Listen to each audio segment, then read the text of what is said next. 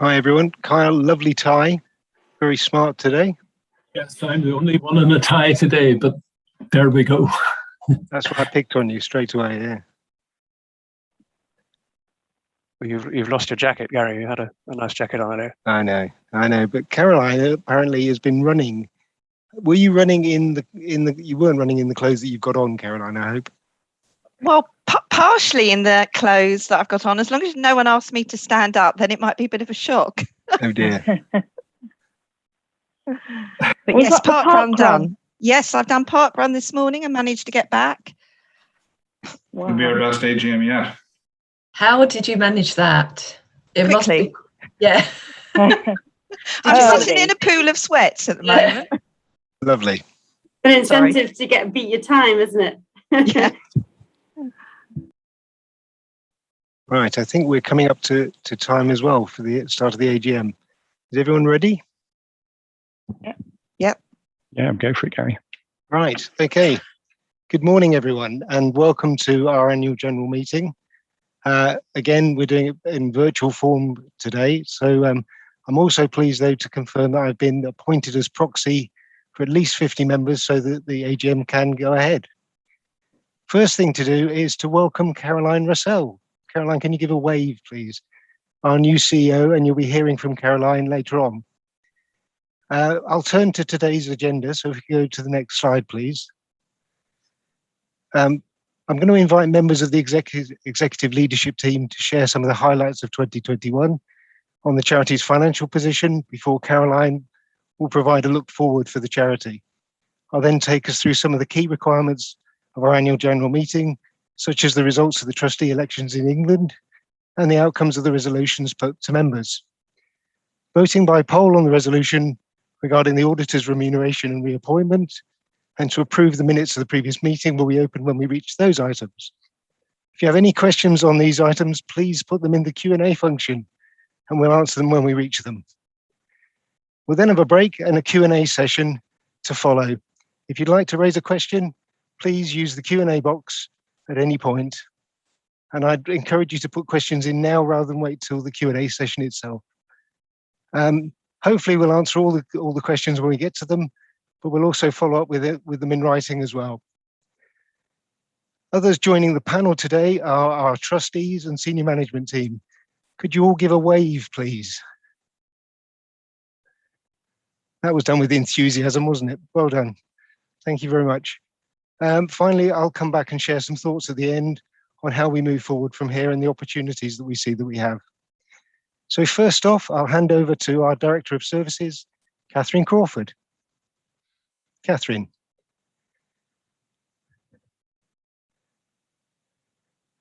Great, Gary. Thanks very much. That was a little bit of a dramatic pause, unintentionally. Hi, everybody. Really great to be here this morning. And I just want to give us an overview of everything we've been doing to support people with Parkinson's, really since the last AGM. I've got to start by saying, let's state the obvious. The ongoing impact of the virus has significantly impacted daily life for families living with Parkinson's. And I don't think I need to spell out that for many people joining the call. However, advisor services have been responding to an increased number of inquiries, and the complexity of the challenges we're supporting clients with illustrates that impact very clearly. In August 2021 alone, we responded to 20% more inquiries than at the same time last year. The teams have done a great job in supporting everyone virtually since March 2020, and we're really glad to be recruiting now to bring more advisors on board, and even more pleased that we're now able to provide face-to-face support to people as lockdown restrictions ease. We're being really conscious, though, of all the safety considerations that come with that. Our plans this year focus on doing all we can to support people as we come through the impact of the pandemic. Staff and volunteer colleagues across the whole country have been working to deliver, and despite all the challenges of the year, we've made some significant progress. Our absolute first priority has been to protect NHS services for people with Parkinson's. We're actively monitoring around 50 threats to services at the moment and have protected 15 services from cuts this year, which maintains our 100% success rate in this field. On top of that, despite the challenges, Parkinson's clinicians and care staff have demonstrated their commitment to providing high quality Parkinson's care in several ways. 17 new nurse posts have been created in 2021, and we've pump primed 2 posts in the areas of greatest need. We've seen interest in our online learning programme for professionals grow month on month, and we had just under 3,000 registrations in August. And a big thank you to our pioneering team of volunteer educators who've worked with us to take the volunteer education programme online, and we've already reached 633 care homes and home care workers in 2021. Our Excellence Network plans seek to harness that passion, and if you can, please join us at our free virtual conference on 4th of November to hear more of the detail. We're delighted to share we've delivered on our Parkinson's Connect project plans today too. The project's ultimate goal is that everyone will be referred to the charity at the point of diagnosis with access to their own Parkinson's profile, opening up availability of all of our support and opportunities, whether people use a computer or prefer to be offline. This will be a huge step change in our service provision, and we're testing the very first version of this profile now and won't be rolling out at scale till we're really confident it works well. But as we test and scale this project, our community forum, our information resources, and our team of over 100 advisors will continue to provide support. We're well on the way to supporting around 50,000 families this year. COVID's forced us to change the way we work, and we want to take what we've learned from that and use it to help us develop our service into the futures. I can't finish this section without talking about volunteers.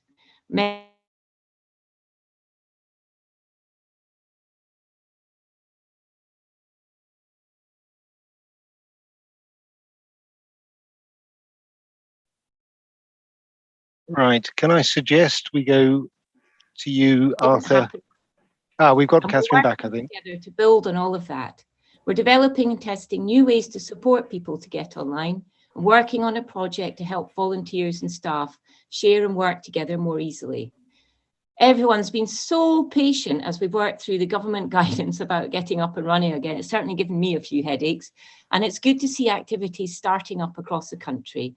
But we know in some places the pandemic's had an impact on how a group might operate. So we want to be clear that supporting our vital group network to thrive is a key priority for us all.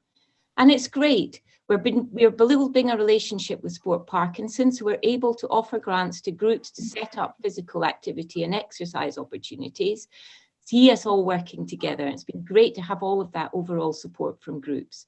And a big thank you too to the 100+ groups who've joined our cash pooling scheme, and to the many volunteers who've worked directly with us to overhaul and build our new local group operating framework. We made a big statement as a charity that we don't do enough to reach underrepresented groups in 2020.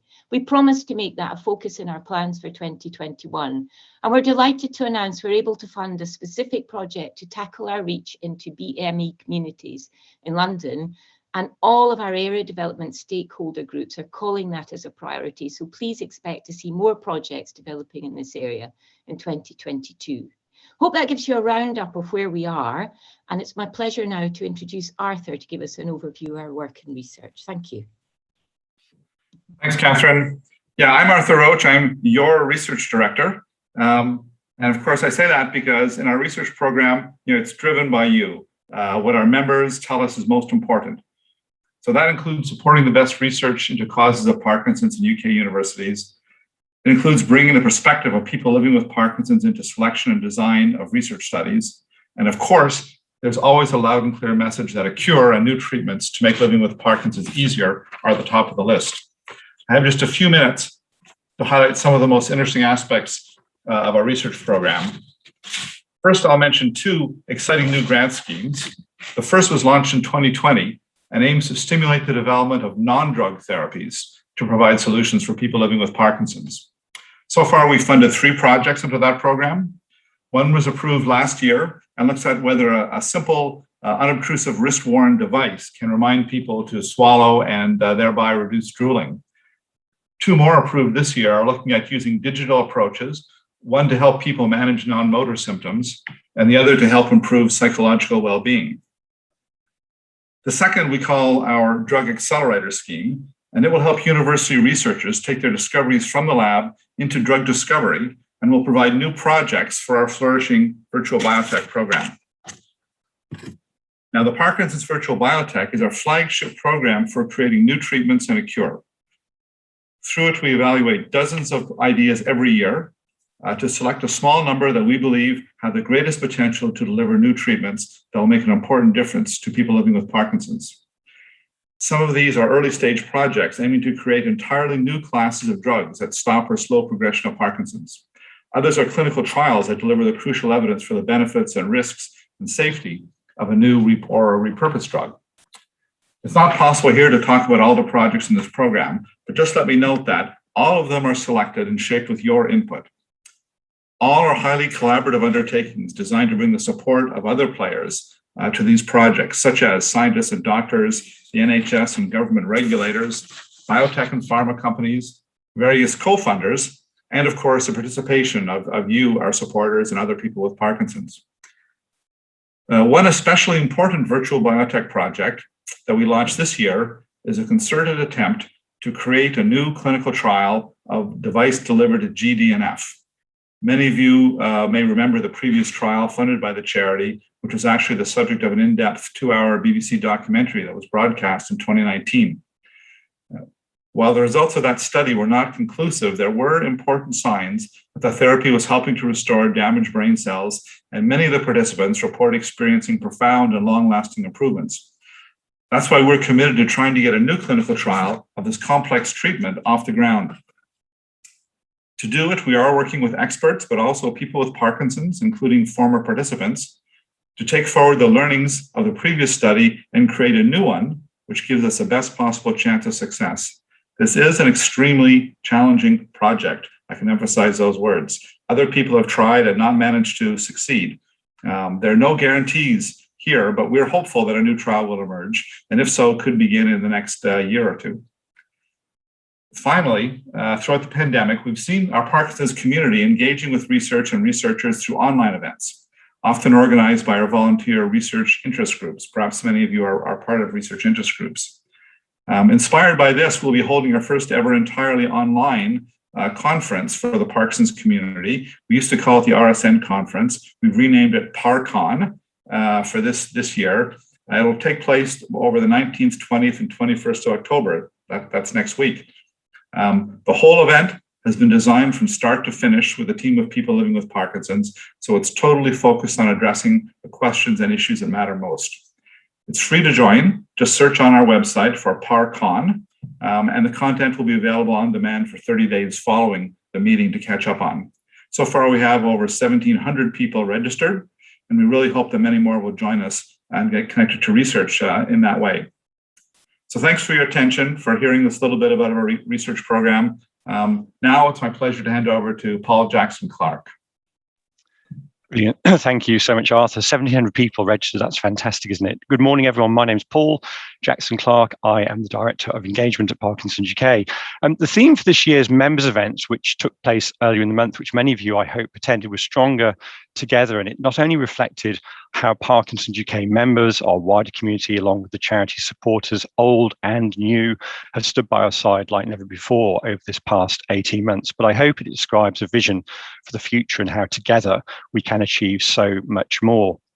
For World Parkinson's Day in 2020, the charity brought together more than 20 community representatives from across the 4 home nations who, along with the Cure Parkinson's Trust, curated an interactive map through which they shared over 80 personal stories and brought Parkinson's to life and was viewed almost 10,000 times. Capitalising on that success, we led an international effort in 2021, World Parkinson's Day, and more than 30 groups from around the world told stories, sang, danced and celebrated the things most important to them. The UK broadcast, hosted by Dave Clark and Claire Addison, that was watched by over 4,700 people. Thank you to everyone who got involved, and a big thanks to the team of volunteers and staff who made it all happen. By late spring in 2020, it was clear to us all, wasn't it, that COVID was going to prevent many things, including our mass participation, fundraising, putting millions of pounds of income at risk. And so we rapidly developed and launched an emergency appeal to ensure that the charity's helpline and support services were protected. To do that takes £95,000 per week to keep those services running. And over the most challenging 3 months of the summer, our supporters met that need, together donating £1.3 million. Half of all the online donors were first-time donors. Thank you again, everyone who supported the appeal in whatever way. At the same time, our most dedicated supporters rallied around us, none more so than the Frank Brake Charitable Trust, who pledged half of the £1.2 million needed to get Parkinson's Connect over the line by the end of 2021. £600,000 is an incredible transformative gift. But in typical Frank Brake style, it was pledged on a pound-for-pound matched fund basis, and to date, together with thousands of other supporters, the Frank and Evelyn Brake Connect Fund has raised £1.1 million, with 61,000 to go by the end of the year. Thank you, everyone who has supported that, and thank you to everyone who will support it over the coming months. Over the course of the 11 years that I've been at the charity, one of the most frequently asked questions is, when are we going to advertise on TV? Linked to which is a request to tell it how it is, use the real life experience of people living with the condition. In 2020, we saw and seized an opportunity to do that and launched the bold Time for Can campaign, which brought community generated content to highlight some of the realities of the condition to a new audience and raised over £500,000. The measures we used to monitor condition understanding rose from 58 to 61% in the target audience, and we saw these new audiences motivated to support us with a significant increase in new first-time supporters compared to our 2019 campaign. In 2021, we're developing on that groundwork and success of 2020 to grow understanding and care about Parkinson's in audiences that don't yet understand the condition. And not only are we growing societal understanding, but we're also seeking to convert it to support, harnessing empathy to grow our voice and action and income for the charity and people living with Parkinson's. And our ongoing presence in the media is the bedrock of our work in getting Parkinson's understood by keeping Parkinson's in the public conversation. In 2020 and 2021, we featured content in the media nearly every fortnight. Highlights in 2021 include a feature in September across BBC TV and our radio news about our virtual biotech CBD trial for hallucinations, our quick response to Jeremy Paxman's high-profile diagnosis with Parkinson's in May, and widespread sharing of a video created by the Duchess of Gloucester and Mike Tyndall in support of the Parkinson's community and Parkinson's charities in April. They were some of the highlights of getting Parkinson's understood, and now I'll hand over to Stephen Hooper, our Finance Director. Thank you, Paul. Yes, good morning, everybody. I'm Stephen Hooper, your Director of Finance.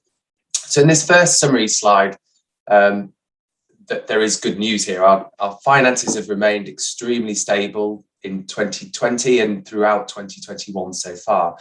Yes, we had a blip at the start of the pandemic, but through careful cost management and the enormous generosity of our supporters, as Paul described in the last slide, has meant we've been able to ride out the pandemic and its challenges so far. As you can see in the second bullet point, our financial position has now allowed us to start spending more funds than our 2021 plan set out to do. And we expect 2022 to still present some challenge to us, and fundraising is as ever important for everyone with Parkinson's, but we head forward with confidence and a healthy cash and financial position overall to support the charity through the next 12 to 18 months. If we can move on to the next slide, please. So there's quite a lot going on in this graph, but as you can see overall, the coloured blocks show that our income has more often than not over the last 5 years grown. 2020, as you know, was a fairly exceptional year for many reasons. In 2020, our income fell by 23%, but a lot of this was driven by our legacy policy boosting the 2019 numbers. So really it was more about the accountancy than actually a change in income. As we said earlier in Paul's notes, fundraising events did take a big hit in 2020, but actually that overwhelming generosity from our supporters really helped plug the gap. So despite the pandemic, on a like-for-like basis, our income was pretty stable. The green line running across from left to right does show that our 2020 spend was much lower than 2019 had been. And that was mainly because of the action that we took in the face of the uncertainty that COVID created on our fundraising. But this has stood us in good stead to manage the challenges of 2021 so far.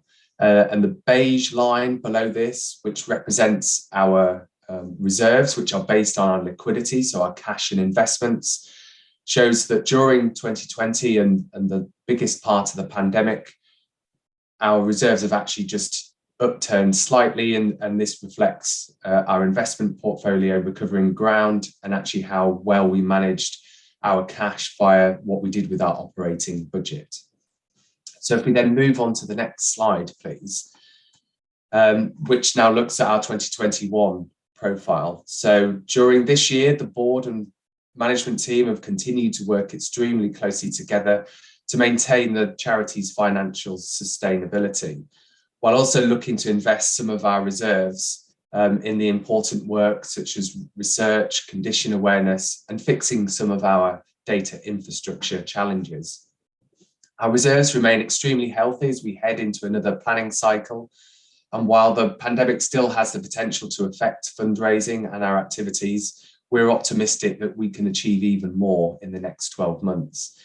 We'll finish the year with a deficit of around 2 million, but our reserves will actually be higher due to the performance of our long-term investments so far in this year and the cash pipeline that is underpinning the record legacies income that we saw in 2020.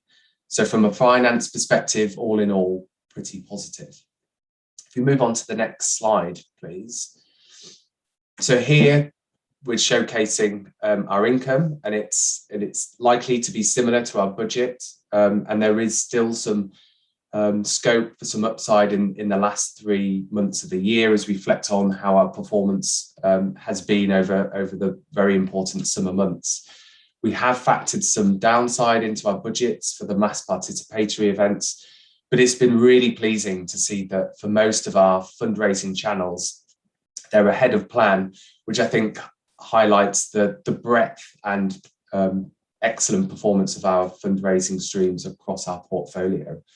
We know the pandemic has continued to impact our local groups' ability to fundraise and to deliver crucial services at a local level. But I again want to thank them for their continued generosity and financial support in response to the pandemic. And they've transferred over £200,000 to help bolster the charity's finances. So on to my final slide.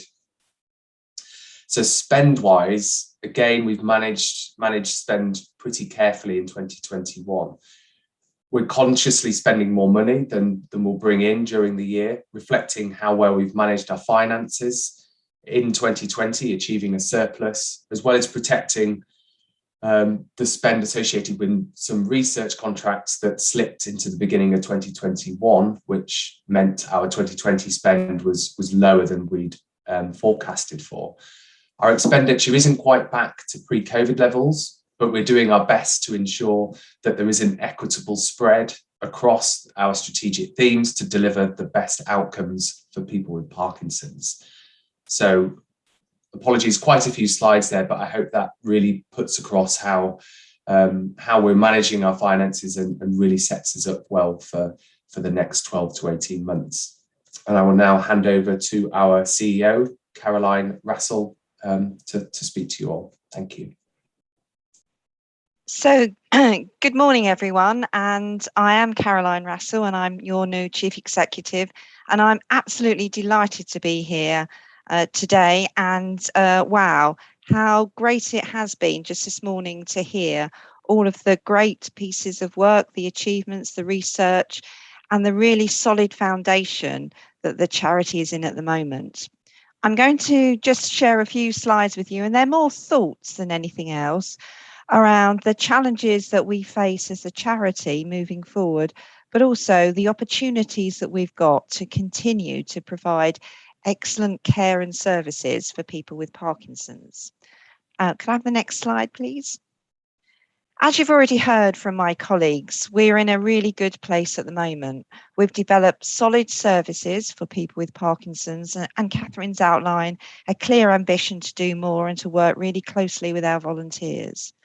Arthur, you've heard speak about the innovative research projects that we continue to push forward with, and the offer of hope and a cure is always something that will hold dear to us.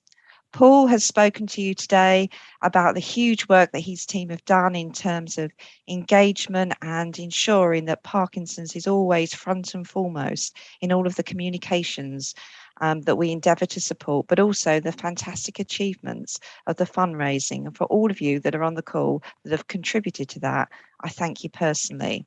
And then finally, Stephen has given you an overview of the financial position. Next slide, please. However, it would be wrong of me to sit here and think that all is rosy in the garden, as they'd say, because it's not.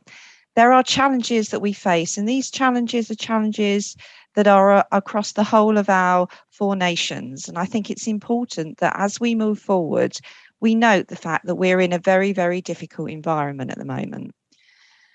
The effect of the pandemic has been quite catastrophic in some areas, and the mental health and the well-being of many people with Parkinson's and people who provide those services, it is going to be very difficult, and we have to work closely with them to allow them to move forward and to ensure that they can reach out and gain the services that they need. The effects of Brexit will no doubt have an effect on the availability of staff. And I think that's something that we do need to think about as we move forward with some of our plans. I'm sure you're all aware of the immense pressure that the NHS are under at the moment. And I think it is going to be a real challenge in terms of the focus that the NHS has moving forward. And I'll come and address that in a moment in terms of the opportunities that we have. But I think that is something of grave concern, especially as we've heard of the great foundations that Catherine and her team have laid. It's clear too that there is going to be increased demand for our services. And I think that places pressure on us as a charity, but also as a community to ensure that we are there to deliver when people need the services that they require. And finally, again, Catherine has outlined some of the exciting plans that we've got in terms of those seldom heard voices and hard to reach communities. The project in London is truly exciting, but actually there are inequalities and difficult and problematic areas across the whole of the country. And we have a real passion to listen to those communities and work with them. Next slide, please. But there are real opportunities that we've got. We have a great charity. We have a great foundation to work on. We've got an amazing community. And that's something that not all charities have. So I think we need to stand back and celebrate that. We have a fantastic opportunity to build on the work that Paul's outlined in terms of our campaigning and influencing. We have to move forward and we have to push forward the message about Parkinson's. And I am determined that one of the key areas that I am going to focus on moving forward is being someone who is not afraid to challenge any authority and any organisation and make sure that the message around funding Parkinson's and care is at the top of the right people's agenda. I think we have an amazing opportunity to collaborate more. I think the whole of the Parkinson's community has many, many connections, and there are other charities that are focusing on Parkinson's. Now is the time for us to move together and work in partnership. It is Parkinson's that we're focusing on, not the name of an organisation. So I am really looking forward to reaching out to other charities that have similar causes so that we can work together. And then finally, we have a fantastic community. We have people who are engaged, whether they are people with Parkinson's, family, carers, volunteers. We know that over 1 million people are affected by Parkinson's. Mobilising together, we can really make a difference and ensure that the challenges that we know that we face will become opportunities for the future. And I'm now going to hand over to Gary. Thank you, Caroline, and well said. I think we'd all agree that the efforts over the last 24 months from our people, the community as a whole, in really difficult circumstances have been absolutely extraordinary. And I wanted to add my personal thanks to that of Caroline's and the rest of the team. So thank you very much. You've also seen today that our finances are in a relatively strong position. And again, that's as a result of the disciplined work that's been undertaken with the team. And congratulations to Stephen and the team for your management as well. But the purpose of the charity isn't to have purely strong finances. We need to have a strong financial position in order to invest in services and research and increasing the awareness and influence we have on government. And that's what the board of directors and trustees are now doing, reviewing opportunities for increasing our investment in the areas that you talked about earlier today. When I was first made chairman, one of the things I talked about was the fragmentation within our community. And we made lots of progress in terms of putting people with Parkinson's and their families first, but we still have more to go. We're still too fragmented, and I absolutely agree with Caroline's point. The enemy is Parkinson's. The enemy is not another organisation. We need to work together and deliver. So I'd ask you all to be energy givers and activists on our behalf. So I'm afraid now we have to turn to the formal business of today, which is perhaps a little bit less interesting than the conversations we've just been having. So we've tabled a number of documents for your scrutiny, approval and receipt, and we've circulated resolutions for you to vote on in advance, and we'll now turn to these. With regards to the trustee elections, the first thing I wanted to say was a big thank you to all of those who put themselves forward, not just the 12 candidates that finally put their names forward, but over 100 who actually indicated that they were willing to stand in the first place. A tremendous list and tremendous caliber of people who hopefully we can engage in many other ways within the charity. We'll also look at the process because it was a bit lengthy, and we'll see how we can improve that in the future. So, drum roll. Next slide, please. I'm delighted to announce the two successful candidates for newly elected trustees for England to the board, Sally Bromley and Samantha Ilef. And I've pronounced Ilef incorrectly, but you can see who they are. Both of them have Parkinson's, and both of their blogs or bios can be seen on the voting information that we sent out and will be on the website shortly. We're not going to put Sally or Samantha on the spot today and ask them to comment, but we'll be putting links to the videos in their biographies on the website during Trustees Week, which is the first week of November. I particularly wanted, though, at this point to thank Paul Warner, who is stepping down as a trustee following 4 years of being an exceptional trustee and support to the other trustees on the board. Paul, I've worked with you for the last 3 years. I put a note out yesterday where I said I meant to say you were constructive and objective in the way that you work. I said obstructive. I didn't mean that. You were definitely constructive, and you've been a real support to the whole board. So thank you very much, Paul. So, turning to our annual report and accounts. These received an unqualified audit opinion from our external auditors, BDO LLP, and they were endorsed by our Audit and Risk Committee in June, and the board reviewed and approved them at our meeting in August. The report from the chair of the People Committee has been circulated to members, and we can now record both these documents as received, and hopefully you can put any questions that you have in the Q&A function. I mentioned Paul was stepping down as a trustee, but I'd actually like to mention two other trustees who come to the end of their terms, their maximum terms with us at this point. Firstly, Tim Tamblin, who has been chair of the Audit and Risk Committee and also safeguarding trustee, and been with us for about 6 years. His calm approach during COVID has been absolutely both necessary and so important for working with Stephen and Stephen's predecessors. He really has been a voice of wisdom to the other trustees, and we wish him well.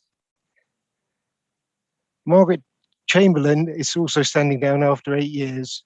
most recently as chair of the People Committee, but throughout as a real advocate and champion for the needs of people with Parkinson's. I personally have learned so much from Margaret, sometimes things I didn't want to know and things I didn't want to learn, but always with respect to her deep knowledge of the history of the charity, but also her deep commitment to the people within the charity and the people within our community. And I wish Margaret a huge success going forward. So thank you, Margaret. Thank you, Tim. Thank you, Paul. Next slide, please. We can now address any questions on the reappointment and remuneration of the auditors. Have there been any questions at all? Kate, can you confirm, please? Right, I'm told there are no questions. If you haven't cast your vote so far, could you please do so now? And we'll be closing the voting in a minute.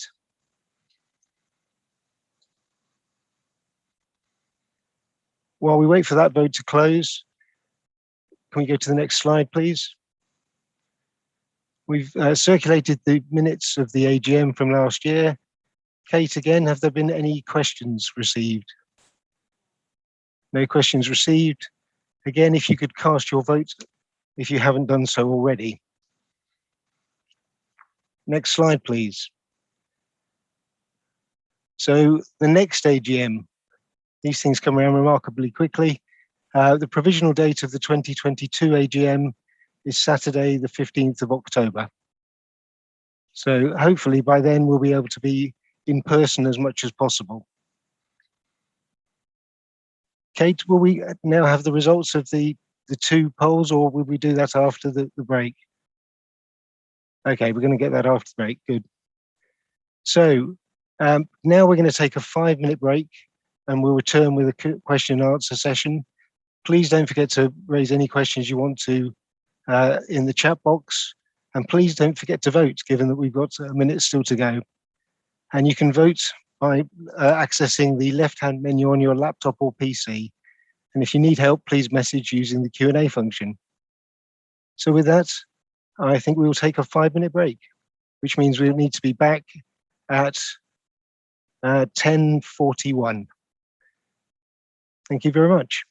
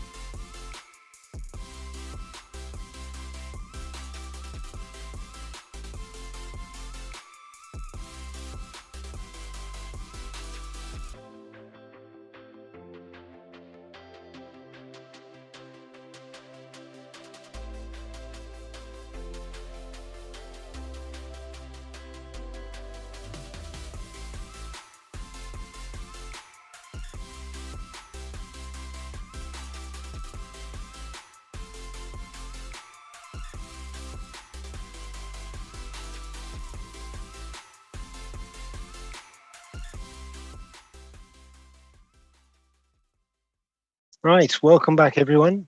We're now going to close the voting for the two resolutions that we talked about prior to the break, and I'm going to hand over to Paul Jackson-Clark, who will navigate and mediate through the Q&A session. We'll take one question, then give you the results of the voting, and then go into the Q&A in full. So over to you, Paul.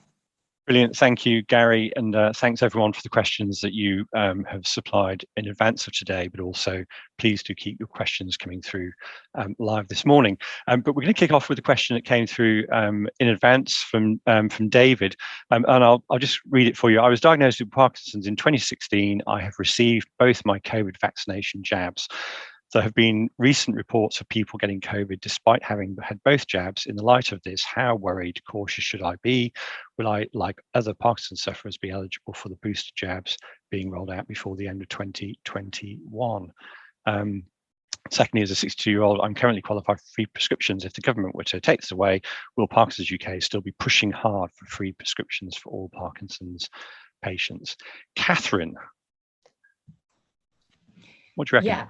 Hi, David. Yeah, so I'll take the last part first. Yes, we absolutely will be pushing hard for free prescriptions, and it's something we're already doing as part of the prescriptions charges coalition work, David, for people who aren't eligible for those free prescriptions already. So yeah, we will continue banging that drum, most definitely. And for people in Scotland, Northern Ireland and Wales, of course, everybody in our countries already has access to free prescriptions. So we believe strongly that all 4 nations should be on an equal footing on that basis. To the first part of your question, I'm not a doctor, just to be clear. I'm the Director of Services, but I don't have a medical background.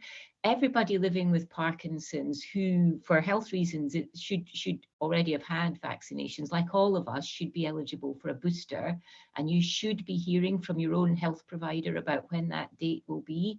So, and I think it comes minimum 6 months after your second booster. So you should expect to hear when that time passes.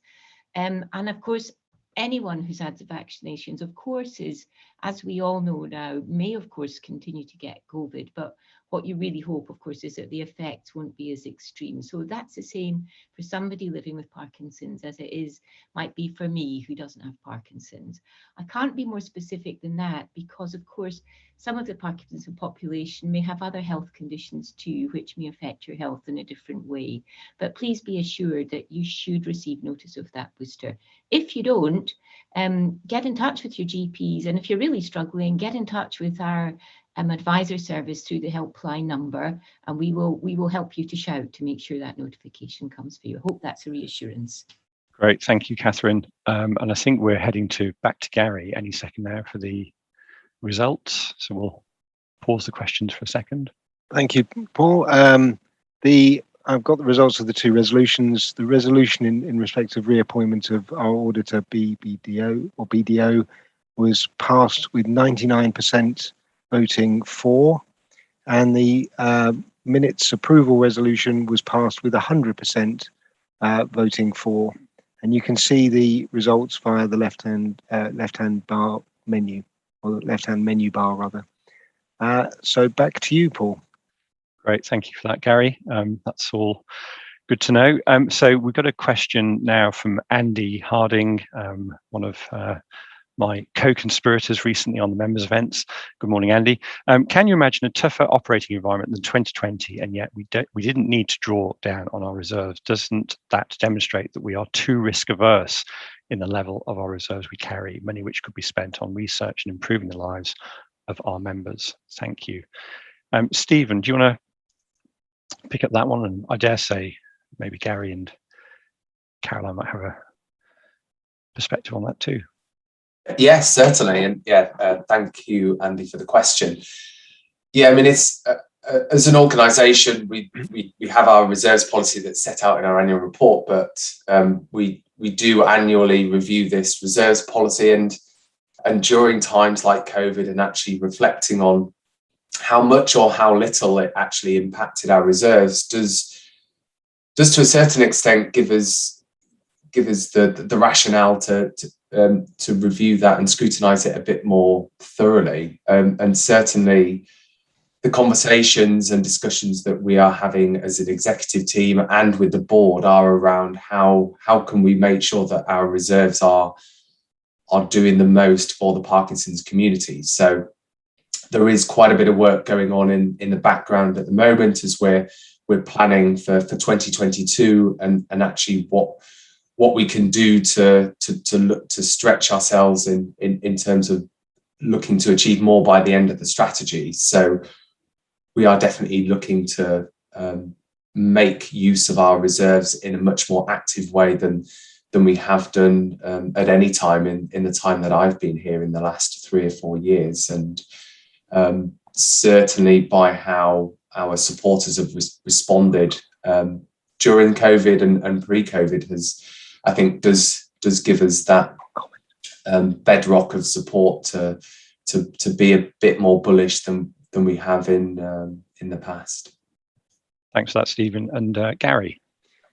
Yeah, it's a very good question, Andy. I'd take us though back to when we were in the middle of the pandemic, and the worry then for not just ourselves but lots of other charities was whether there was going to be a real meltdown, both in terms of clearly the income stream coming into the charities, but also in terms of the investments in which our reserves are put. I mean, there's been absolutely enormous amounts of funding from governments put into the system, and this is a pretty much unprecedented situation. And for people to guess where that was going to ride out over the next year, 18 months, I think would have been incredibly difficult. So I do think prudence was actually a sensible thing to do back then. But I think that prudence has put us in a position where we're now in a place where actually we have the potential to increase our investments in services, in research, and in awareness, and in influencing government. And I think that's a great place for us to be. But I would still say caution was actually a sensible thing to do 18 months ago. Hopefully that's helpful. Brilliant, thanks for that, Gary. And just whilst we're talking about money, I saw a question from David Abbey. We all know £1 million is a lot of money, so why does it cost so many millions to fundraise? That's a great question, David. I mean, one answer to that for me is that for every pound we spend or invest in generating income, we aim to raise about £5. Actually, in recent years, we've done better than that. So I'd hope we'd agree that actually that's quite a good return on our investment or our spend on fundraising. The fact is that raising money does come at a cost. There's marketing costs, there's kit and caboodle, there's producing things. We buy into third-party events like the London Marathon, etc. But of course, we then project a return from the efforts of people who are fundraising with us on our behalf. So fundraising, it comes at a cost, but it also, we hope, generates really, really good and positive value. But it's a really good question, that one. There was a question earlier too that caught my eye, for Arthur. Which was about GDNF. Do you think that the concentration on another GDNF trial is viable, given there's a lot of research is going into nanotechnology and less invasive methods of intervention? Arthur, do you want to just pick that up for us, please? Thanks, Paul. Yeah, I'm not sure I asked the question, but really thoughtful question there. I suppose there are a couple of levels I can answer that. One is that our current activity on GDNF is actually exactly to determine whether our next trial is viable. So the questions that you raise are part of the consideration we'll be looking at going forward. We haven't decided to do a new trial yet. We want to evaluate all these things in a very kind of deliberate and thorough way, always in our case through the lens of what is best for the Parkinson's community and how we can advance that. I guess on the other side, experimental delivery technologies that you mentioned are in development. There's no indication now, there's no certainty now if they will be something that can be used widely, what the risks will be, whether they're right for GDNF. We don't know yet about there are a number of growth factors that could be delivered in a similar way. Is GDNF the best one? Is it able to deliver important benefits at all in a trial? What about the others? So a trial with GDNF, even if it's not with the same delivery method that will be used 20 years from now, probably could still deliver some very important value, some very important results, and add a boost to this difficult field. But that being said, no decision has been taken. That's what we're doing with the trustees, with people with Parkinson's, and with the experts. And it won't be until probably next year until that decision is taken. Thanks. Thanks, Arthur. Just whilst we've got you, there's a question again that came in prior to today from Graham. I don't have your surname, Graham, but if you're on the call, thanks for your question. What medications are out there? Is there anything new? And perhaps we can expand on that in terms of, if we were looking, I don't know, is there a crystal ball, Arthur, or looking down the line, where do you think the medication development's going? Yeah, sure. Well, quickly, research, say 10 years ago, really defined the role of a number of genes in Parkinson's, and indirectly defined the role of a number of biochemical processes in Parkinson's, the mitochondria, the lysosomes, and genes like LRRK2 and GBA. So based on those discoveries, let's say 10 years ago, those are now being turned into treatments. And some of those treatments are now being tested in the clinic. We have molecules like LRRK2 inhibitors, GBA activators. They're in clinical trials now, alpha-synuclein antibodies. So it's right now, this year, next year, when we're going to find out the first results, whether those therapies work very well at all. So that is very exciting. That's a result of previous research, some of it funded by Parkinson's UK, part of a global effort. In addition, there are the repurposing projects like our Ondansetron Top Hat trial. There's a drug that's sitting on the shelf. It's very inexpensive. There's a reasonable basis for expecting it will help with Parkinson's hallucinations and dementia. Someone's got to test that and do a proper trial. If that trial is positive, we've designed that trial, pre-discussed with regulators, the MHRA, that it could be introduced into use for patients in the UK very quickly after the trial. So there's both repurposing older drugs. There's exciting new waves of new drugs based on new science that are coming through. I do believe some of those will be positive, and that then we'll go into a phase of finding out how to work them best, how to use them best, which patients, which time, which doses, and so on, and which combinations. So those are the highlights I see. Brilliant. Thank you for that. Thank you for that, Arthur. I was going to go to a question about training, Catherine, if you give me a nod. If you see me nodding about, I was just messaging. We've got about 66 devices on the go in the background here. Please, can we talk about training? It's like Star Trek. This where I am, mission control. Yeah. The question is from John Kane, and I think there's a couple of questions about sort of volunteer training and the like. So virtual training poses several problems, i.e. no equipment to do it with, nowhere near as good as face-to-face. I have delivered over 600 courses, half the total delivered by Parkinson's UK, 12,000 people, all with excellent comments, no negativity whatsoever. I do 2 courses per day at each venue to save on travel. I also get the facilities to do all my printing for me. If, like in my case, nothing is broken, why change the system? Catherine, do you want to maybe summarise that as a subject, and for those perhaps who are not so close to it? I'm going to start by summarising. I don't know if other people on the call know John, but I'm going to start by summarising how I see John's work. John, and for other people, I'm going to blow John's trumpet. John's just recently received a British Empire Medal for all his work in the Cumbria area as well. So John Kane, you are a force, I think a force of nature, and I'm sure have been in every aspect of your life, but you have been fantastic in spreading the word about Parkinson's, and obviously with your personal knowledge. And you and I know each other well, so I've said that to you face to face. So I'm not buttering you up just because we're at the AGM. So and John's been a really passionate supporter of volunteer education for a long time through the charity, and I think because of the length of time has managed to deliver so many sessions to such great aplomb. But for everybody else, before the pandemic, we were doing volunteer education work face-to-face, as John describes. We, working directly with the people who were in volunteer education, redesigned the course so that it was an effective online module through the pandemic. And the courses are for care home staff and home care staff. I'm sure everybody who knows somebody living in one of those settings or receiving that kind of support will know how vital that is. And it sits alongside our other learning resources. Right now, we are continuing to run that online program for volunteer education, and our plans are to continue that way, really directly because of the outcome of the pandemic. We are still living with this pandemic, and we know that people living in care homes or receiving home care are particularly vulnerable. So we know that visiting switches on and off, people could plan a session, go, and then it's cancelled at the last minute, and that the people who deliver the setting, maybe taking that risk going there as well. So for that reason, primarily, we're sticking with online for now.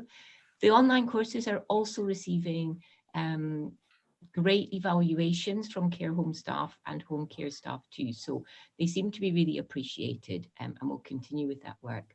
People like John, and I know we've got another great gang of volunteers up in Sutherland led by Christine, who are able to go out and do face-to-face and perhaps on their own way. We're certainly having conversations. We don't want to shut that down, but essentially we're resourcing it and thinking about that online module and hoping that we might be able to encourage more people to come forward and join us in that work in next year. John, the question about equipment to do the online training, we can pick up separately. We haven't provided equipment to volunteers in that world previously. We've not had the budget for it. That's something we can talk about after this call. And I think I'm due to see you Monday evening in any case. I hope that's a helpful response for now. Thank you for that, Catherine. I am just scanning the questions. I just saw one from Margaret Stone. Good morning, Margaret. Thank you for the question. The question is, how do funds get to local Parkinson's UK branches? In the past, on the renewal of membership forms, was a space to indicate what amount of the sum given on renewal of membership was to go to a particular local branch. That I'm about to say that should still be the case. Stephen's looking down at his keyboard, I can see, or Catherine. Anyone want to pick that one up, or do we need to think about that and phone a friend? It should still be the case, I think, Paul. I think let's pick that up separately. Yeah, and okay. Annabelle can pick up with Margaret, and we can follow that through. Okay, brilliant. Okay, I'm now going to. I'm clearly reading these live, so if I look like I'm stalling, forgive me, folks. But so Bruce Blaine asked the question about many of our members have expressed concern about the level of service from our NHS providers in West Berkshire and North Hampshire, particularly access to neurologists. This may well be a theme that other members on the call it chimes with. This is worsened during the pandemic. What action should the branches take to keep more pressure on their local providers to help the national charity in its discussions with the NHS? That's a great question. Be positive as well, Bruce. Thanks for that. Catherine, I know you've answered this, but I'm not clear if anyone's seen the answer. Do you want to summarise your response? Yeah, thank you, Bruce. It's a great question. And actually, the first thing I'm going to say, branches have a huge role to play in this work. And actually, I'm going to be more specific. People living with Parkinson's that go to branches have a huge role to play, because your voice when we're campaigning and influence is more powerful than anything a member of staff can say. So I think the first thing to do would be to make sure that you're in touch with the local members of staff. Apologies, Bruce, in my written answer I used an acronym, but you have an area development manager who will be involved in this work and monitoring services, and it'd be great to make sure you're connected there so you can work together on a plan to tackle these issues. You probably heard me really quickly saying in the preamble that any time there's been a threat to service where threats have been taken away, when we've all worked together, we've stopped that threat from becoming real. So we've actively saved nurse posts. In other parts of the country, despite all the challenges of the pandemic, we've got some really positive work going on where people are looking at redesigning their Parkinson's NHS services to benefit people living with Parkinson's, and how they might recruit and encourage new staff to come into those services. We know that the NHS is facing huge workforce pressures, but we think that our plans with the Excellence Network will help to support that. And if we can work with you and harness all of your voices into that too, that would be brilliant. And yeah, Health Watch doesn't dilute at all. Health Watch is a fantastic organisation that we work in partnership with locally wherever we can, Bruce. So if we can join all the dots, that'd be great, and that will bring a really more cohesive and powerful voice to the fore for West Berkshire. I look forward to hearing how it goes. Brilliant. Thank you for that, Catherine. Paul, Yes. Paul, can I Caroline, build on what you certainly Catherine can. what Catherine said? I think another key role that local groups can play is to ensure that they liaise with their local member of parliament. The effectiveness of having a local member of parliament support you and be able to open doors at hospitals to have discussions that previously you've been unable to have is huge. Having been on the other side and been an NHS CEO and seeing the effectiveness of campaigns, they really work. So I would also suggest that you link with your local member of parliament and ask them to be an advocate for you. Brilliant. Thank you for that, Caroline. And sorry, back to me. It's Catherine, you carry on. So actually, Caroline, thank you very much for building on that. Caroline's got the new card, so I'm going to help and say, and we can really help you to do that as well. So again, contact your area development managers. Definitely another part of the arsenal. Definitely. Brilliant. Thank you. I'm now going into live talk show radio host mode, because hopefully Barbara Marshall, who is on the call, has a live question. And Barbara, if you can, hopefully you can hear me. We sent you the link a couple of times. If you're there. Oh, no, okie dokie. Hang on a moment. I will. This is really testing my skills now, isn't it? And actually, good, Paul. We're meant to be working in partnership, and I've kindly let you take the lead. It's fine.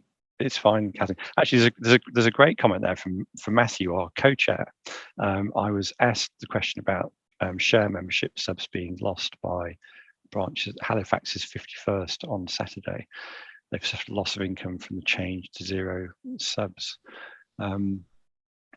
Yeah, it's a really good point. I mean, I think back to the original point, we need to check in specifically where any group is feeling that they're not getting the donations that have been appointed to them on the various forms from members, or for that matter from non-members too. There's possibly a wider discussion here about sort of the economics of Parkinson's UK and making sure that we've got all the right money in the right place at any given time to do all the things that we collectively want to do. That sounds like a bit of a politician's answer. I don't mean it to be, but it's on, Catherine. If I build on that a little bit, do. Paul, just before we go. So we need to work out the mechanics of that answer. But there's another thing. I was asked a couple of times earlier in the year when I was spending time with volunteers in different local groups, and it was obviously for some groups the drop in income through the pandemic's felt really worrying, and groups have perhaps felt they might not be able to get back out and deliver activities. Actually, with Stephen, the Director of Finance here, for most groups, what we're finding is most groups have got more money in the bank than they did before, but that's a different question. I think the underlying principle is we want to be able to support groups to deliver activities like chances for people to get together, whether it's in a cafe or a group meeting, chance to run a physical activity or exercise program, which is why it's brilliant to have teamed up with Sport Parkinson's for those grants. And if you're really struggling now to deliver something you were delivering before the pandemic, talk to us, because we really might be able to help. It's a kind of, it's part of the promise of us all being part of the one group that we don't want a group to go to really struggle financially. We've always had it there. And I think I've worked at the charity nearly 18 years. And I think in all that time, I've only known us once to have to actually help out a little bit. And I think it was something like £500. But it is there. It is there. So please talk to your local volunteer support member of staff, your network support officer, or your volunteer coordinator if you're worried. And I'm sure that'll be coming out in annual review season as well. Thank you, Catherine. I don't think Barbara is able to join us live, but I think I can see her question, which is, can groups get advice about how to deal with funeral directors, local treasurers and Parkinson's finance department? I'm fed up of subbing our group. I'm not quite sure. So can groups get advice on how to deal with their funeral directors, local treasurers and Parkinson's finance department? I'm afraid I'm not sure I fully understand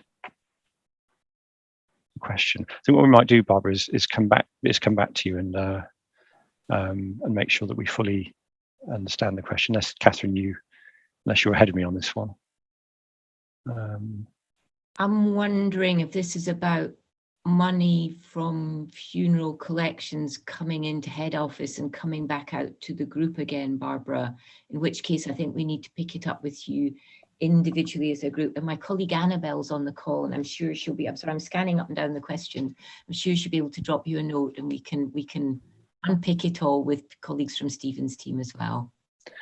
Catherine, just whilst you're there, I think, again, partly back to the previous answer about sort of the local team who are there to support, particularly our branches and groups.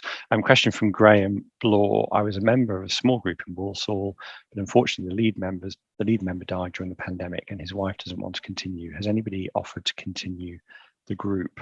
I guess that's quite a familiar challenge, isn't it, in terms of group chairs or key members retiring, going off and doing other things, and how we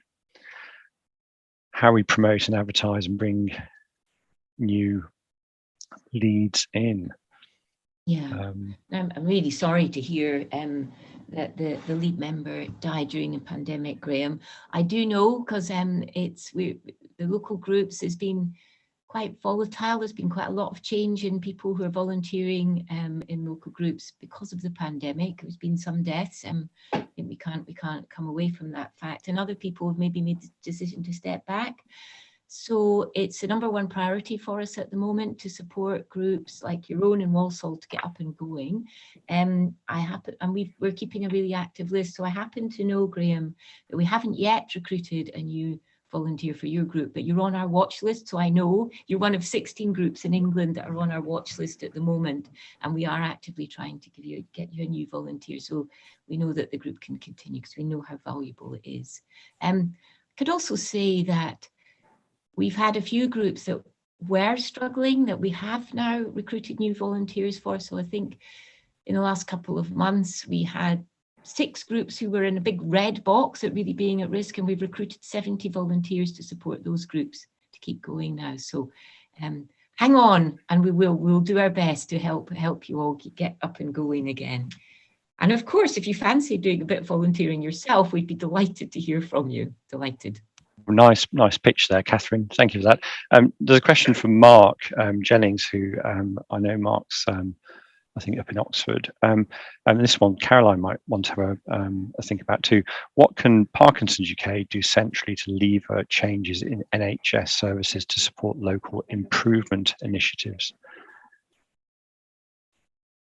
Do you want to kick off, Catherine, or Caroline go first? Different voice.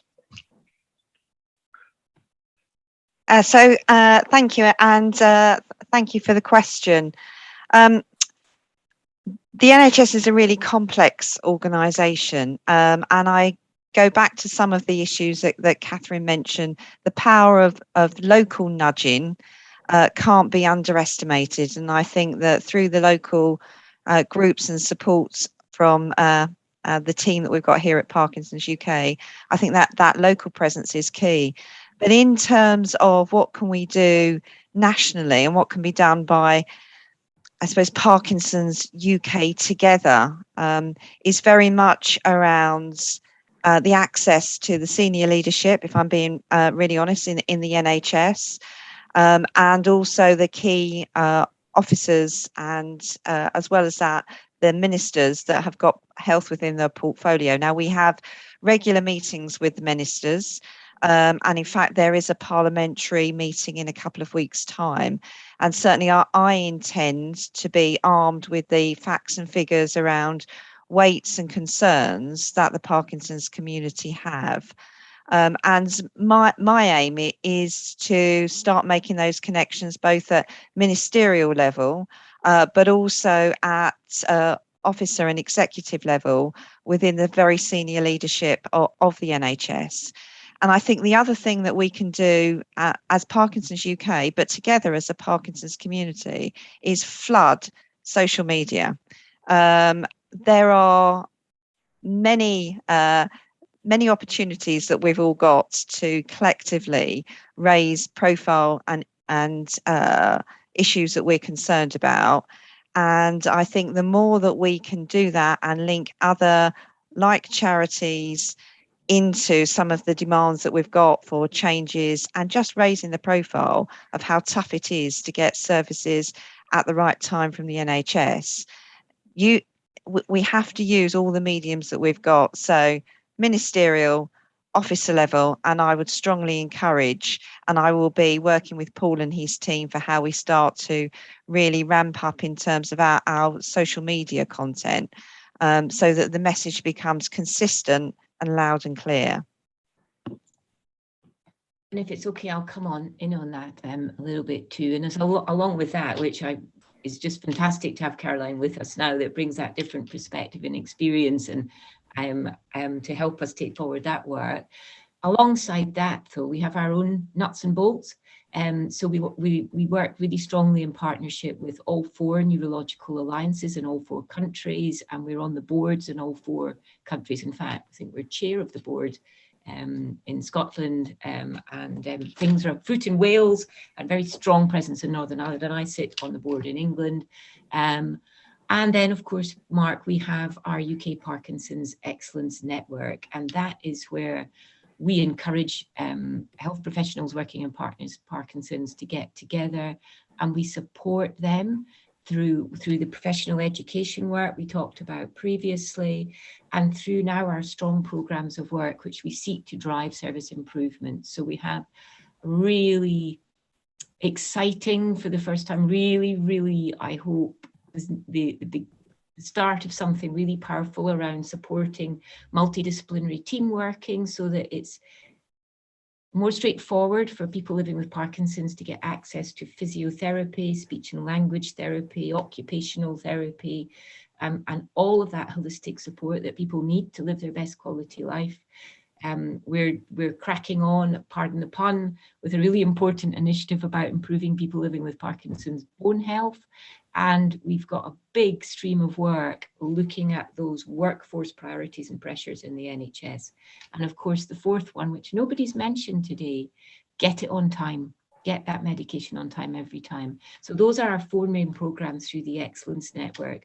And we are just so chuffed and encouraged by how passionate Parkinson's nurses, doctors, physios, other clinicians too have been about their work right through the pandemic. We're looking forward to celebrating that and committing further to supporting them with our Excellence Network conference on the 4th of November, coming soon, just after the fantastic Park-on, but it's not a competition between me and Arthur.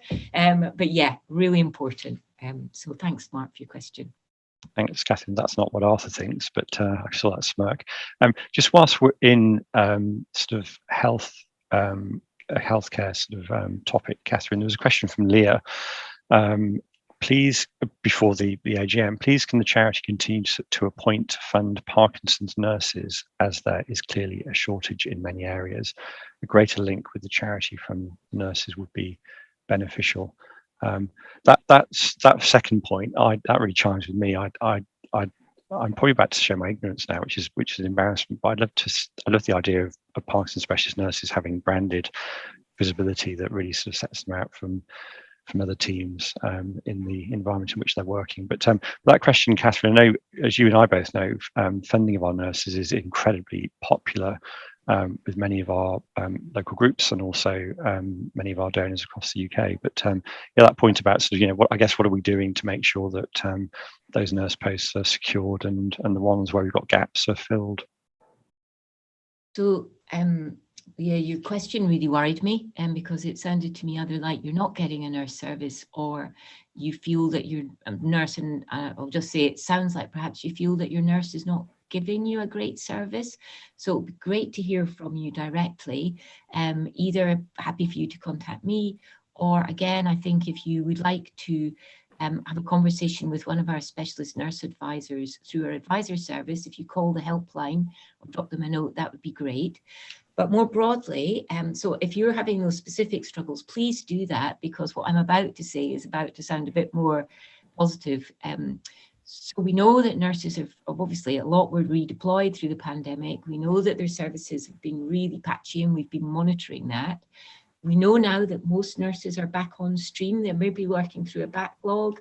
You might still not be getting face-to-face, but I think the time has come now. If you're not getting an appointment, please give us a shout and we go back into campaigning mode.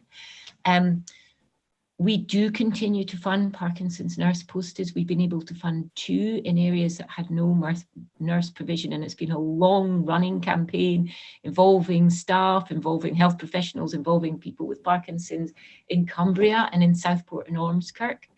Alongside that, because of the evidence we've brought to commissioning bodies in the NHS, there have been in total of 21 new nurses appointed across the NHS in 2021 without the charity having to write a cheque to the NHS, by using our resources in different ways, which is really good news. And that's the approach we want to take as we strengthen our ambition to support more of you to get really great allied health professional care through physios and speech and language therapy, etc., etc. I'm not naive. I know the NHS is facing a lot of pressures, but we have got a fantastic track record, and we want to build that. Your point about nurses being connected, the Excellence Network is, nurses are threaded right through. They sit on our management body of the Excellence Network as well, and we've got really strong associations with their own Parkinson's Disease Nurse Association and the Scottish Association in Scotland too. So yeah, and they should be keeping up to date with all the newest treatments and guidance. So yeah, I'll leave that there, Leo, but I hope things improve for you. Catherine, thank you for that. There's a follow-up question from Mark Jennings again, and it's in 2 parts. Is the challenge funding PD nurses, or is it succession planning?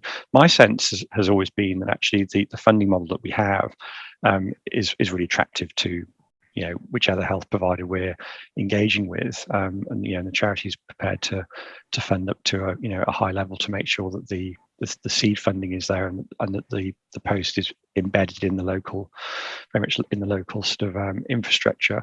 But that point about succession planning, is it fair of me to say, Catherine, that some of the specialist nurses have sort of been in post for quite some time. Often they were the first person in post, and inevitably, either they're perhaps heading towards retirement or moving on for other reasons. Is that you're nodding? I'll stop there.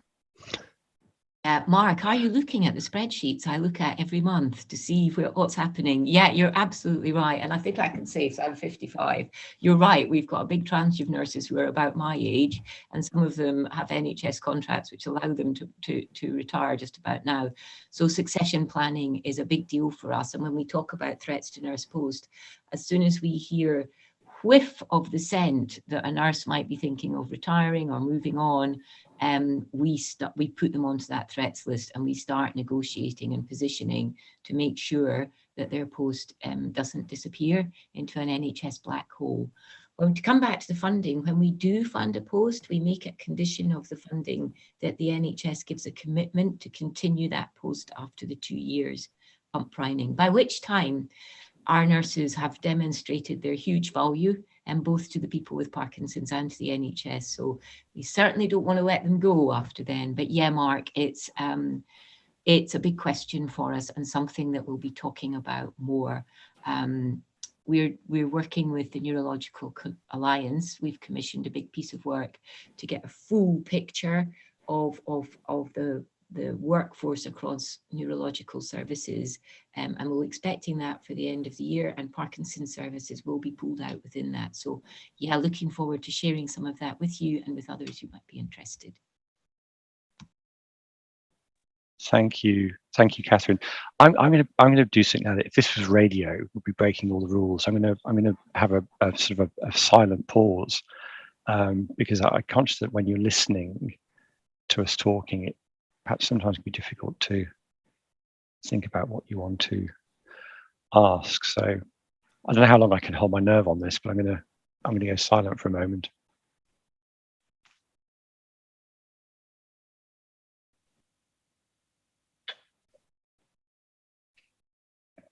Or we could sing a song, Catherine, maybe.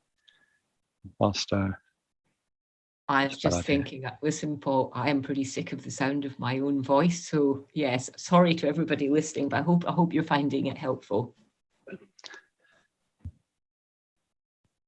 I've lost my nerve already because, well, actually, not. I haven't lost my nerve. There's two questions that come in, which I do want to pick up. One from Roger Mortimer. Do we know how many PD nurses are in the NHS system? Is that a movable feast, Catherine? It's a bit movable, but I'm going to give you 350.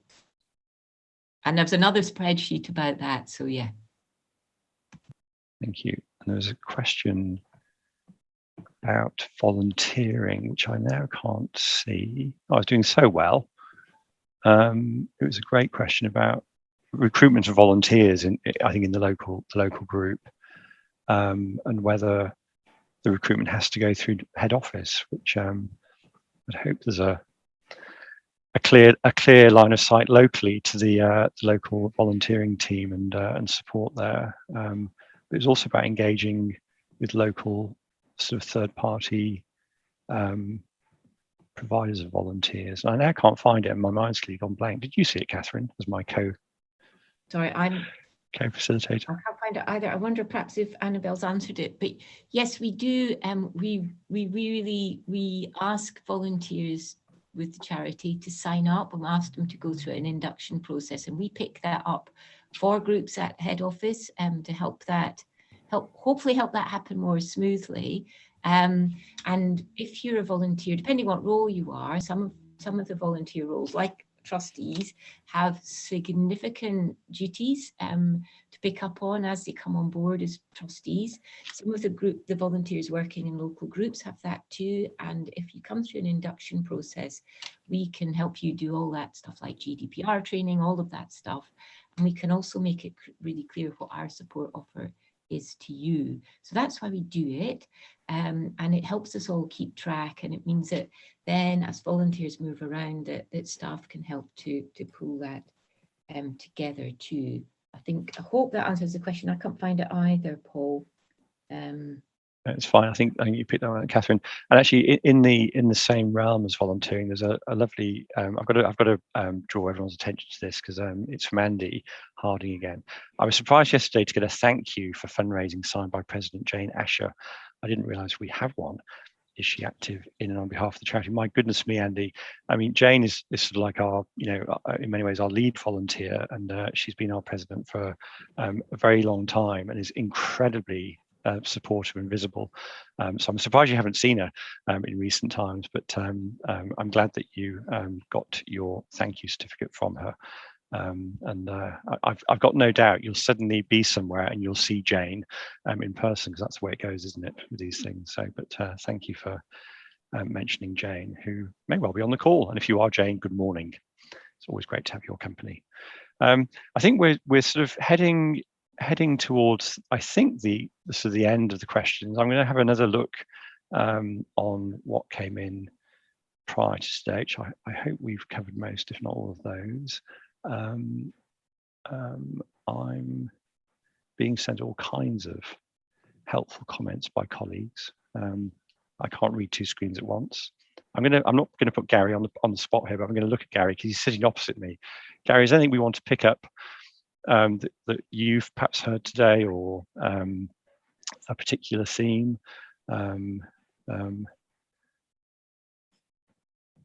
I haven't even mentioned your world record holding yet, but I'll come to that in a moment. Don't worry about that.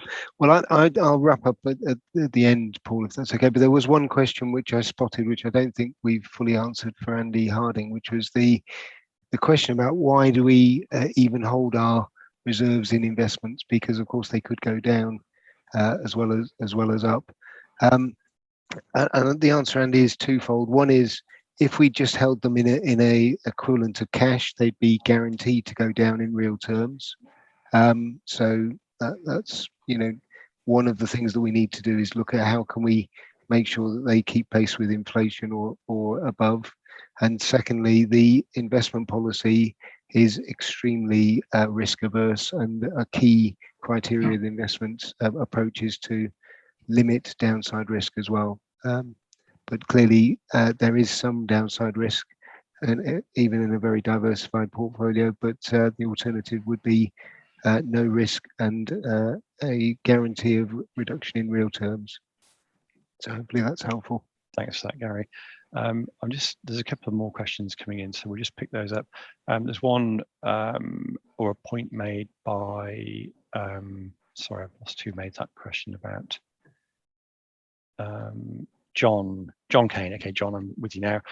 Given Boris Johnson's mum died recently after living with Parkinson's for over 33 years, is it now the time to push the condition with government and ask for free medication for the under 60s with Parkinson's?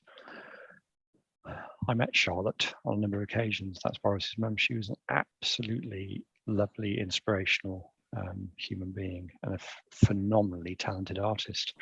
That's not answering the question. Catherine, or Caroline, any? I think I might pass to thoughts on that? Caroline, because Caroline, you were talking about increasing the influencing agenda. Yeah. Why don't you come in on that? Push the Yeah, government harder, Caroline. No problem. So I think it is the right time. I think not just the combination, sadly, of the Prime Minister's mother's recent death, but also everything that we've spoken about today, the access to services, the fundamental effect that has on people's health, but also their mental health and well-being, and the power of having key members who have key members of Parliament who have influence and personal experience is, of course, always helpful. It's a difficult line I found when dealing with ministers if they've got a personal connection in terms of using that. But I do think we need to be bold and use every opportunity that we've got at ministerial level to push the message around access to services and people with Parkinson's. So we will be using that as an opportunity as we move forward. And as I mentioned, in November, we've got a parliamentary reception where there is the opportunity to start linking some of these things together. Thanks. I think Matthew, our Vice Chair, has popped a question into the Zoom chat, Paul. And he's talked about what are we doing to reach more groups and diverse groups of people living with Parkinson's, and maybe I'll come in on that. And I talked a little bit about it in my opening remarks, but we're really conscious that we are not appropriately representing the communities that we work with. So when we talk about Parkinson's Connect, our information and support service, we have specifically set ourselves a target to reach 10% more people from BME communities as sign-ups to the information and support service for 2022. So that's one thing, and that's a big ask for us because we know that our reach is really poor.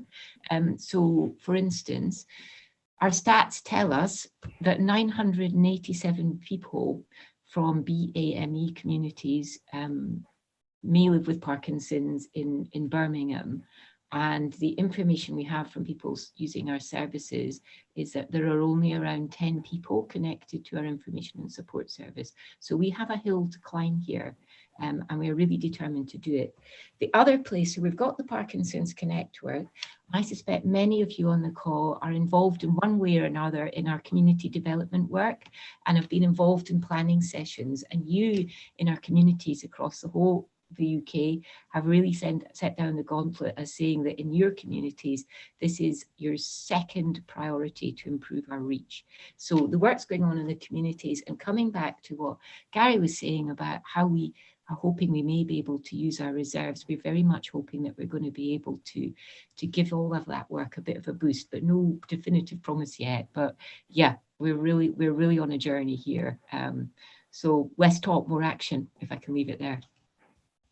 Thanks for that, Catherine. There's a question that's come in from Christopher Jones, and another great question. Thank you, Christopher. What more could be done by Parkinson's UK to support people with Parkinson's who are working full time? I'm imagining, Christopher, within that question, you're thinking about in sort of the working environment, people's attitudes towards a colleague with Parkinson's. I suppose from a personal perspective, if you've got Parkinson's, how do you go about talking to your employer about the condition, and also the needs that you might have that are specific to you. We do have, which might also be useful to you, the Young Parkinson's Alliance and various resources to our websites. If you Google or go to the Parkinson's UK website and look for young onset Parkinson's, there's a whole host of resources there that you may not have seen. But Gary, this is a subject close to your heart. Any thoughts, reflections, comments from you? Yeah, Paul. I mean, clearly, as you say, there's the Young Persons Alliance, but I think there's also the way that we look at this is quite a number of different facets of it. So you've got the person themselves, and the differences in terms of how do you manage your employer, what your rights, what also you need to consider in terms of steps you can take at work and so on. But there's also the consideration of family, and particularly we've been looking with the YPA at children, particularly not adult children, and the consequences of having a person with Parkinson's and from their perspective in the household. So I think this for me is wider than people working. It's also the family in a very different way as well. The other point that I think has come up really importantly, which is both for newer diagnosed people generally and younger people with Parkinson's, is that desire to engage and support back and be part of the solution. And as we see it within Parkinson's, whether it be volunteering, whether it be engaging in trial programs and so on. And there really is a lot of people who have skills that we need to find ways of leveraging more and making more use of. And there's clearly a lot of demand from that perspective.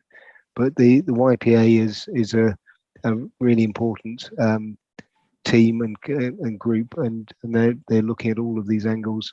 But we need to prioritise some of them, I think, a bit more as well.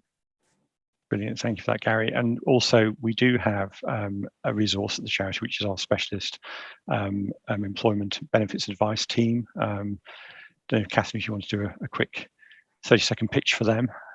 Yeah, absolutely. So they'll support you to make sure that you know your rights at work, and that you're equipped to have the right conversations with your employers, and they'll also make sure that you get the right benefits that support you even whilst you're still in the workplace, despite with all the challenges. So they're a great force to have on your side. And just again, contact them through our 0808 number, or just by emailing hello@parkinsons.org.uk.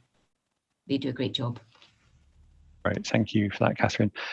Question for me, I think, from Amparo Villamil. I hope I've got your name correct. With whom can I connect about the benefits of joining groups like the Toastmasters International? See if relevant to the charity. I'd certainly signpost you to your Parkinson's UK local regional fundraiser.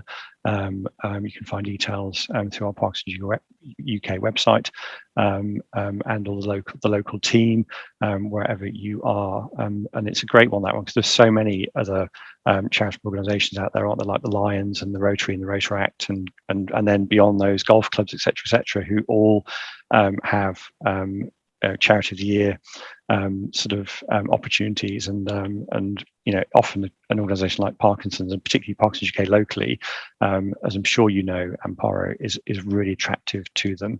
And I know many of us on the call like nothing more than going along and doing a talk and bringing Parkinson's to life to those groups. So that and they're always looking for speakers too, aren't they, for their own membership. So yeah, get in touch with your local regional fundraiser and/or anyone in your local team, wherever you are, and I know they can signpost you to the right Parkinson's UK colleague. I hope that helps with your question. I'm not being told yet by the director behind the scenes. We've got 5 minutes to go. Struth, there you go. So I'm now going to look at the questions again. I'm going to see Catherine I know you're skimming and scanning the questions too. Am I missing anything? I'm not don't going to think- talk the rest No, of the day, it's- but a great question from Bruce Blaine has come in. Does anyone have sorry, I'm looking at about 3 screens. Does anyone have a magic tool for getting more of our members to take part in the therapy sessions their branches provide? Can it be made part of a prescription by the nurse or neurologist rather than just a recommendation? Bruce, you're a man after my own heart. We are really keen, and again, I'm part of a sort of innovation group within the National Social Prescribing work to really up the ante around the prescription stuff. And again, so that's what we're doing sort of externally around to influence and drive that train. Internally, with our Parkinson's Connect, our new information and support service, what we're really hoping is that when people have a Parkinson's Connect profile, all our opportunities are opened up to everybody, whether or not they're connected to a group, and people will feel encouraged by what they see, read, feel, talk to people about, to get involved. So that's the aspiration. Right now, actually, you might guess, but I've done a lot of the work with the charity over the years in Scotland. I don't know what would give you that clue, but we did some really, and I live near Dundee, which is a city which has got some real areas of deprivation, and we did some great work with the Dundee branch. I don't know, maybe if Janet's here this morning, I can't see who's here, sorry, to really think about this. The branch was quite wealthy, and it was really conscious. It was only tapping into people like them in Dundee, middle-class people who didn't need support. And they wanted to pay for people to get access to different kinds of therapy, but we couldn't make the leap. People weren't coming forward. So we worked together and devised a nifty voucher scheme, and the nurses and our support workers used them with people living in the poorest postcodes. And then they just presented a voucher and they had the therapy, and they didn't have to be embarrassed to come to the branch and ask for £40, and they got therapy from an approved therapist. It was a great project, and other branches have picked it up and have been using it across their areas. So yeah, there's a macro and a micro there, Bruce, and we'd be happy to encourage you either way. So thanks for the question. Brilliant, thank you, Catherine. And we're going to bring the Q&A to a conclusion now. Thank you, everybody, for your questions and contributions. And I hope that it's been a useful, insightful session for you. I don't think I've lost my vocation here in hosting a live chat, so I will now segue over to my colleague, Gary Shaughnessy, our chair, to wrap up proceedings today. Gary.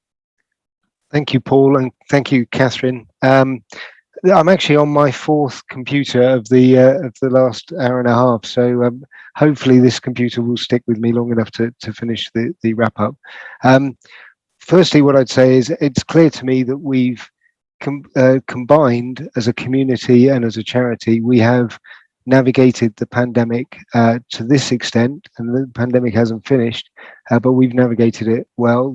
Not everything has been right, and there have been real challenges along the way, but I think an exceptional amount of effort and commitment has gone on right the way across our community and through our charity to deliver. So thank you very much for that. You've heard the messages that we're clearly in a financially strong position. Now, things can change and we've got to be careful of that, but that does put us in a position that we can continue to invest in the areas that we've seen real success with, in terms of services, in terms of research, and in terms of increasing awareness across all the communities, both individuals in the UK, but also with government as well. Those are the positives in some sense, but I also would reinforce the challenges that the NHS have, and that's really something that provides us with both an opportunity and a real source of potential risk as well. It's brilliant that we've got Caroline on board for a number of reasons. I think her energy has already been very evident, but one of the reasons that it's great that she's on board is also her NHS experience, and I know that that's something that will help us enormously, but there are others in the team who have the NHS experience as well, which is really important. Throughout all of this, though, I think it's key that we don't forget that since we last met, another 18,000 people received a diagnosis of having Parkinson's.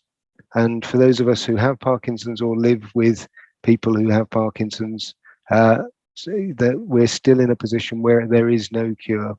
And there has lots of progress been made in terms of services, in terms of support, and in terms of actions that we all can take to take more control of our lives and the way that we manage the condition.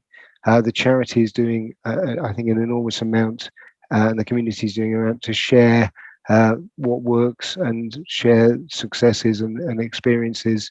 And we need to continue to do that. For me, the key issues that underlie that are, this is your charity, and the charity needs to represent the community as a whole as much as possible, widen the inclusivity with which we approach things, but we also need to continue to be driven by you. We've taken big strides in those areas, and we need to keep doing that. But fundamentally, overall, I come back to the quality of the people that we have, both within the charity and volunteers and within the community. I continue to be inspired by the people that we have and their approach and attitude and what they know and what they deliver. Whether that's people, whether it's volunteers, whether it's trustees, we have a huge amount of energy givers. And if we work together and collaborate with other partners across the charitable sector, then we can make a real difference in both affecting government, in affecting research delivery, and affecting service delivery to the many people who have this condition or live with those who do. So my final message to you would be, let's have our elbows out, let's collaborate, and also let's celebrate, because there are some brilliant things that have been done by people right the way across the country. And let's not be too shy of celebrating them, because we should do, but we also look forward to a point where we don't need to, because this disease is no more, this condition is no more for all of us. Thank you very much for attending today. Thank you to all the speakers. Thank you to Paul and Catherine for the question and answer session. And enjoy the rest of the weekend, everyone.